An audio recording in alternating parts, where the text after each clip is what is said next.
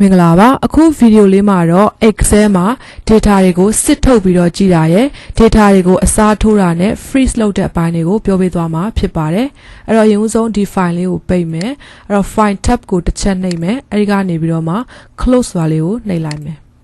ပြီးလို့ရှိရင် download ဆွဲထားတဲ့သင်ခန်းစာ file လေးကိုဖွင့်ပါမယ်အဲ့တော့ file tab ကိုနှိပ်မယ်အဲ့ဒီကနေ open စွာလေးကိုထပ်နှိပ်မယ်ပြီးလို့ရှိရင် browse စွာလေးကိုနှိပ်မယ်ပြီးလို့ရှိရင် download ဆိုတဲ့သင်ခန်းစာ file ကို desktop မှာတင်တာဖြစ်တဲ့အတွက် desktop ကိုနှိပ်မယ်အဲ့ဒီကနေပြီးတော့မှ Excel exercise ဆိုတဲ့ folder လေးကို double click နှိပ်မယ်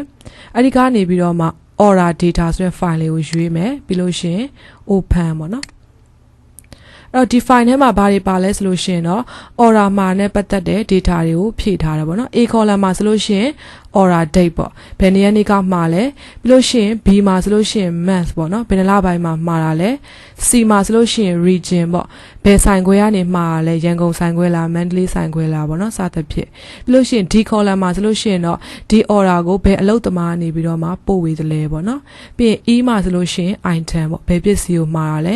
unit ဘယ်နှခုမှာတယ်လဲပြီးလို့ရှိရင် price တစ်ခုချင်းစီရဲ့ဈေးနှုန်းကဘယ်လောက်ရှိတယ်လဲပေါ့နော်နောက်ဆုံးမှာဆိုလို့ရှိရင်တော့ total ကဘယ်လောက်ပေါ့နော်စသဖြင့် order မှာနဲ့ပတ်သက်တဲ့ data လေးတွေကိုဖြည့်ထားတယ်အဲ့ဒါကနေပြီးတော့မှအခုပထမဆုံးတစ်ခုကကြတော့ filter လောက်မှာပေါ့နော်အဲ့တော့ filter ဆိုတာကကြတော့ဒီ data တွေကနေပြီးတော့မှကိုကြည့်ချင်တဲ့ data ကိုပဲစစ်ထုတ်ပြီးတော့ကြည့်လိုက်တာပေါ့ဒါဆိုလို့ရှိရင် filter လုပ်ဖို့အတွက်အရင်ဦးဆုံးစာရှိတဲ့10ခွက်တစ်ခွက်ဘယ်အကွက်မဆိုတစ်ချက်ထောက်ထားမယ်ပြီးလို့ရှိရင်ဒီ home tab ရဲ့နောက်ဆုံး editing group မှာရှိနေတဲ့ sort and filter ဆိုတာလေးကိုတစ်ချက်နှိပ်လိုက်မယ်အဲဒီကနေပြီးတော့မှ filter ဆိုတာလေးကိုနှိပ်လိုက်မယ်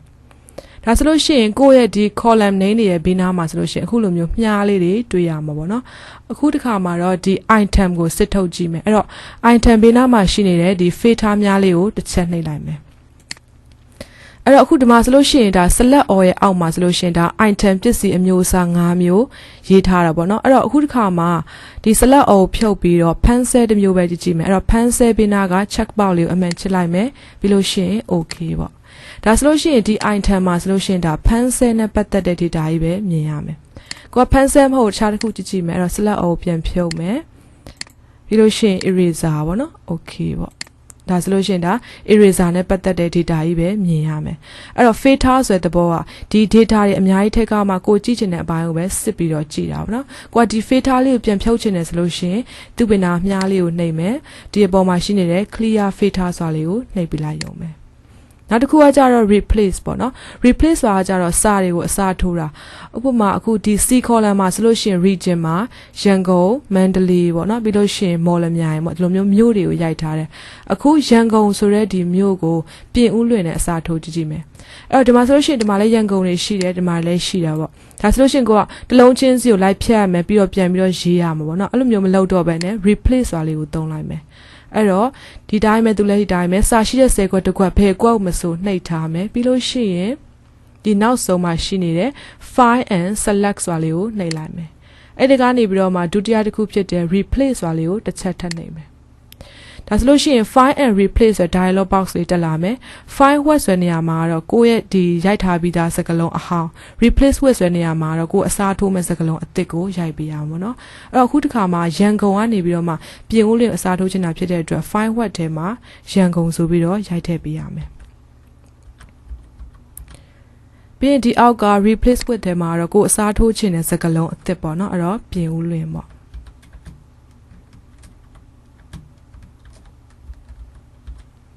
ပြီးလို့ရှိရင်တရားမှာကိုကပထမဦးဆုံးအစားမထိုးခင်မှာ file next နဲ့တစ်ချက်နှိပ်ပြီးတော့ရှာပြရမယ်။သူကတွေ့သွားပြီဆိုလို့ရှိရင်တော့ကိုကစကလုံးတစ်လုံးချင်းစီအစားထိုးခြင်းနဲ့ဆိုလို့ရှိရင် replace နှိပ်ပြရမယ်။ကိုကအကုန်လုံးအစားထိုးခြင်းနဲ့ဆိုလို့ရှိရင် replace all ဆိုတာလေးကိုနှိပ်ပြရမယ်။အဲ့တော့ replace all ဆိုတာလေးကိုပဲတစ်ချက်နှိပ်လိုက်မယ်။ဒါဆိုလို့ရှိရင်သူက all done we made 68ပေါ့နော်68လုံးအစားထိုးရတယ်ဆိုပြီးတော့ပြပေးတယ် okay ဒီ dialog box လေးကိုပိတ်လိုက်မယ် close ပေါ့ဒါဆိုလို့ရှိရင်ခုနကရှိခဲ့တဲ့ရန်ကုန်စကလုံးနဲ့အကုန်လုံးကပြင်ဦးလင်ဆိုပြီးတော့ဖြစ်သွားပြီပေါ့နော်ဒါကတော့စာအစားထိုးတာနောက်ဆုံးတစ်ခုကကြတော့ freeze ပေါ့နော် data တွေကို freeze လုပ်မယ်ငြိမ်အောင်လုပ်မယ်အဲ့တော့ freeze ဆိုတဲ့သဘောကကြတော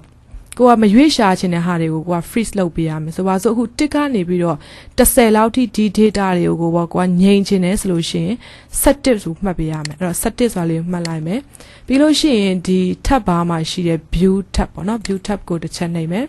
အဲ့ထက်ကနေပြီးတော့မှဒီ window group ထဲမှာရှိနေတဲ့ freeze pane ဆိုတာလေးကိုနှိပ်လိုက်မယ်ဒါဆိုလို့ရှိရင်3မျိုးထပ်ပြီးတော့ကြာလာမယ်အဲ့ထက်ကနေအပေါ်က freeze pane ဆိုတာလေးကိုပဲနှိပ်လိုက်မယ်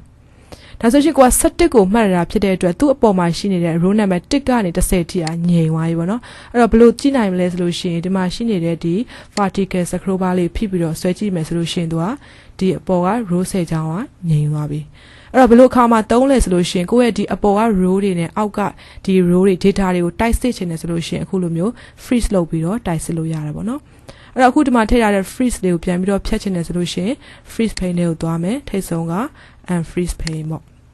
ဒါကကြတော့ကို row တွေကို freeze လုပ်လိုက်တာအဲ့ဒီတိုင်းပဲ column တွေကို freeze လုပ်ချင်တယ်ဆိုလို့ရှိရင်ဥပမာဆိုပါစို့ A B C D 4 column ကို freeze ချင်တယ်ငြိမ်ချင်တယ်ဆိုလို့ရှိရင် E column ကိုမှတ်ပြရမယ်ပြီးလို့ရှိရင်တော့ဒီမှာရှိနေတဲ့ freeze pane ဆိုတာလေးကိုနှိပ်မယ်အဲ့ဒီကနေထိတ်ဆုံးက freeze pane ပေါ့ဒါဆိုလို့ရှိရင်တော့ column ကို freeze လိုက်တာဖြစ်တဲ့အတွက်အောက်က horizontal scroll bar လေးနဲ့ဖိပြီးတော့ဘယ်ညာဆွဲကြည့်မယ်ဒါဆိုရှင်အရှိက4 column ကငြိမ်သွားပြီပေါ့နော်ပြန်ဖြုတ်ချင်တယ်ဆိုလို့ရှိရင်တော့ freeze pane and freeze pane ပေါ့ဒါဆိုရင်အခုဗီဒီယိုလေးမှာကြတော့ data တွေကိုစစ်ထုတ်ပြီးတော့ကြည့်တာရယ် fade ထားရယ်အစားထိုးတဲ့ဟာ replace ရယ်နောက်ဆုံး data တွေကိုအငြိမ်ထားတဲ့ freeze pane ပေါ့နော်ဒါတွေကိုလေ့လာခဲ့ရတာပဲဖြစ်ပါတယ်ကျေးဇူးတင်ပါတယ်